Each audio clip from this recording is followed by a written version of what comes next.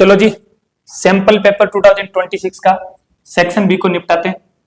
और आप लोगों के लिए एक बहुत बड़ी गुड न्यूज है, कल और परसों 2 दिन आपके टोटल 22 आउट ऑफ 22 चैप्टर के objective fill in the blanks और 1 मार्कर क्वेश्चन पर चैप्टर के वो मैंने तैयार किए हैं। तो कल और परसों मिल जाएंगे।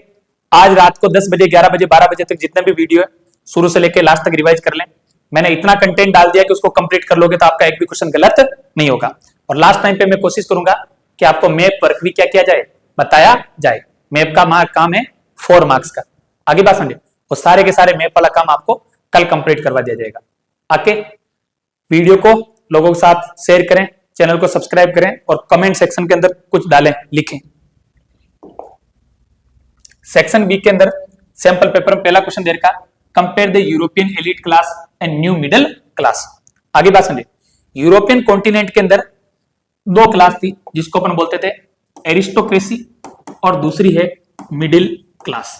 आगे बात समझे, इनके पास लैंड प्रॉपर्टी बहुत ही ज्यादा थी, इसके बारे में लिखना है।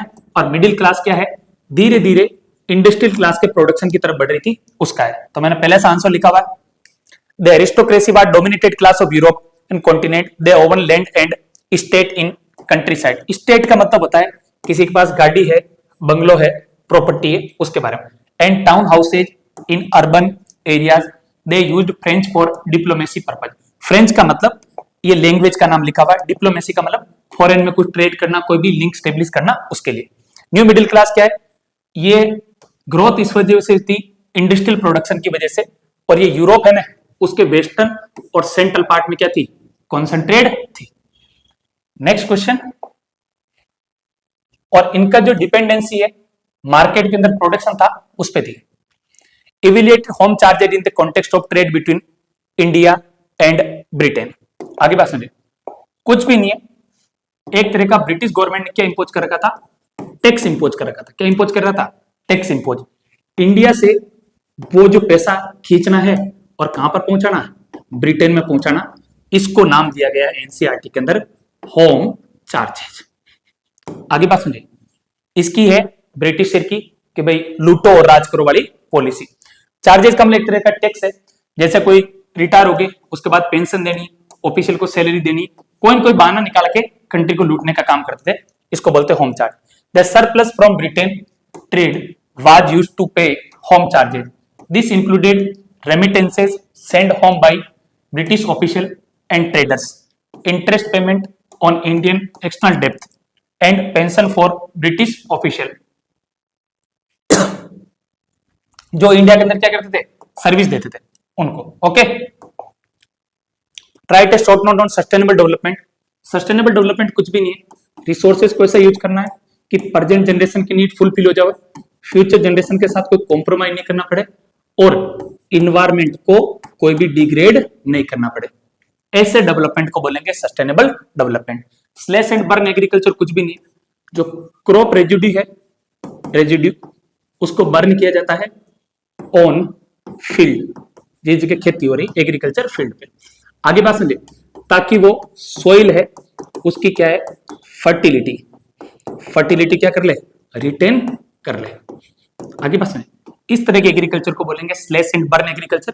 और एक बार एग्रीकल्चर हो गई उसके बाद फील्ड को लेफ्ट आउट किया जाता है कुछ टाइम के लिए। ओके, इसको बोलते हैं स्लैश एंड बर्न एग्रीकल्चर। इसको शिफ्टिंग भी बोलते हैं, आगे बात समझो, और इसको क्या बोलते हैं, जूमिंग भी बोलते हैं। ओके,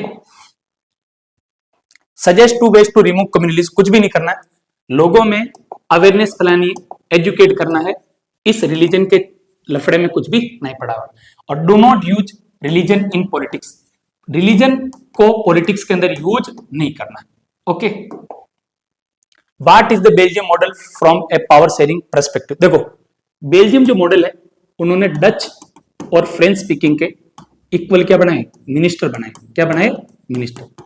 ये मिनिस्टर कहां पर बनाए, सेंट्रल गवर्नमेंट के अंदर। कहां पर बनाए, सेंट्रल गवर्नमेंट के अंदर, डच और फ्रेंच स्पीकिंग के अंदर। आगे बात समझे, और बेल्जियम में एक गवर्नमेंट और बनी जिस गवर्नमेंट का नाम है कम्युनिटी गवर्नमेंट। आगे बात समझे, इस कम्युनिटी गवर्नमेंट का क्या काम था, कल्चर है, एजुकेशन है, लैंग्वेज पे लॉ बनाते थे, no matter where they live. और पहला जो पॉइंट है ना इक्वल मिनिस्टर इसलिए दिया गया कि जैसे डच चाहे या फ्रेंच चाहे यूनिलेटरली कॉन्स्टिट्यूशन को अमेंड नहीं कर सकते, चेंज नहीं कर सकते। On what basis are the countries compared in the Human Development Report published by UNDP? देखो वर्ल्ड बैंक आता है, क्या आता है? World bank.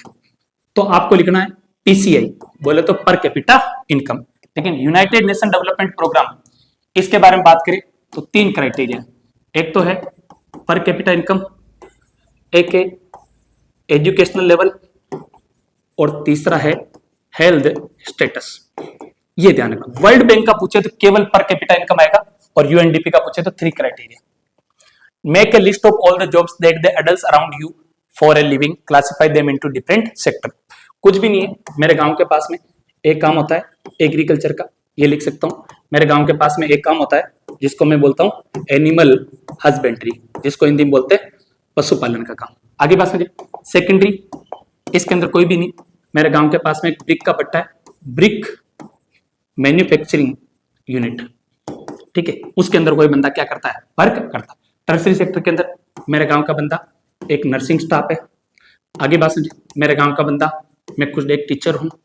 आगे बात समझे। ये दो एग्जांपल लिख दोगे, मोर देन सफिशिएंट है। Analyse the role of public sector in the economic development of the country. कुछ नहीं करना है, सबसे पहले गवर्नमेंट इंफ्रास्ट्रक्चर का कंस्ट्रक्शन कर रही, रोड है, रेल है, पोर्ट है, एयरपोर्ट है, इंफ्रास्ट्रक्चर का वो कर रही। गवर्नमेंट क्या कर रही है अपनी तरफ से? और एक्टिविटी कर रही सोशल वेलफेयर। सोशल वेलफेयर का मतलब गवर्नमेंट को अपनी जेब से जनता को डायरेक्ट क्या प्रोवाइड कराना? जेब में मनी, जैसा पेंशन दे रहे हैं। आगे बात समझे। ओल्ड एज को, विडोज को, वो भी इसी के अंदर आएगा। और हेल्थ केयर और एजुकेशन फैसिलिटी क्या करना है? बेटर टू बेटर करना। Foreign trade helps in connecting और integrating the market of different countries. Explain this statement with the help of example. इसके अंदर क्या करना है? ज्यादा माथापच्ची नहीं करनी। देखो अफ्रीका है ना, अफ्रीका में स्पेशली कंट्री का नाम लिख देता हूं मैं, साउथ अफ्रीका। इस साउथ अफ्रीका के अंदर क्या है? डायमंड माइंस बहुत ज्यादा है। क्या है? डायमंड माइंस बहुत ही ज्यादा है। आगे बात समझे। इंडिया क्या कर रहा है? वहां से डायमंड अपने कंट्री में लेके आ रहा है। इसका मतलब क्या आ रहा है? इंपोर्टेड हो जाएगा। क्या हो जाएगा? इंपोर्टेड। अब इंडिया के अंदर क्या है? एक सिटी है, उस सिटी का नाम है सूरत। सूरत कहां पर है? गुजरात के अंदर। यहां पर क्या होता है? इस डायमंड की क्या होती है? फिनिशिंग होती है। क्या होती है? फिनिशिंग, यानी साइनिंग होती है। बहुत बड़ी इंडस्ट्री। यहां से ये फिर यूरोप प्लस यूएसए जैसे कंट्री के अंदर डायमंड को अपना कंट्री फिर वापस क्या कर रहा है? बाहर एक्सपोर्ट कर रहा है। क्या कर रहा है? एक्सपोर्ट। तो ये कंट्री आपस में एक दूसरे क्या रह रहे? इंटर कनेक्ट कर रहे। कल तैयार रहे पूरे दिन भर, रात को जितना भी पुराना वीडियो उसको देख ले अच्छी तरह से।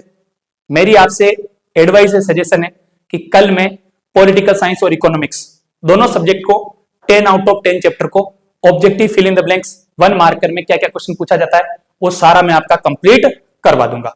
तो बी रेडी फॉर टुमारो।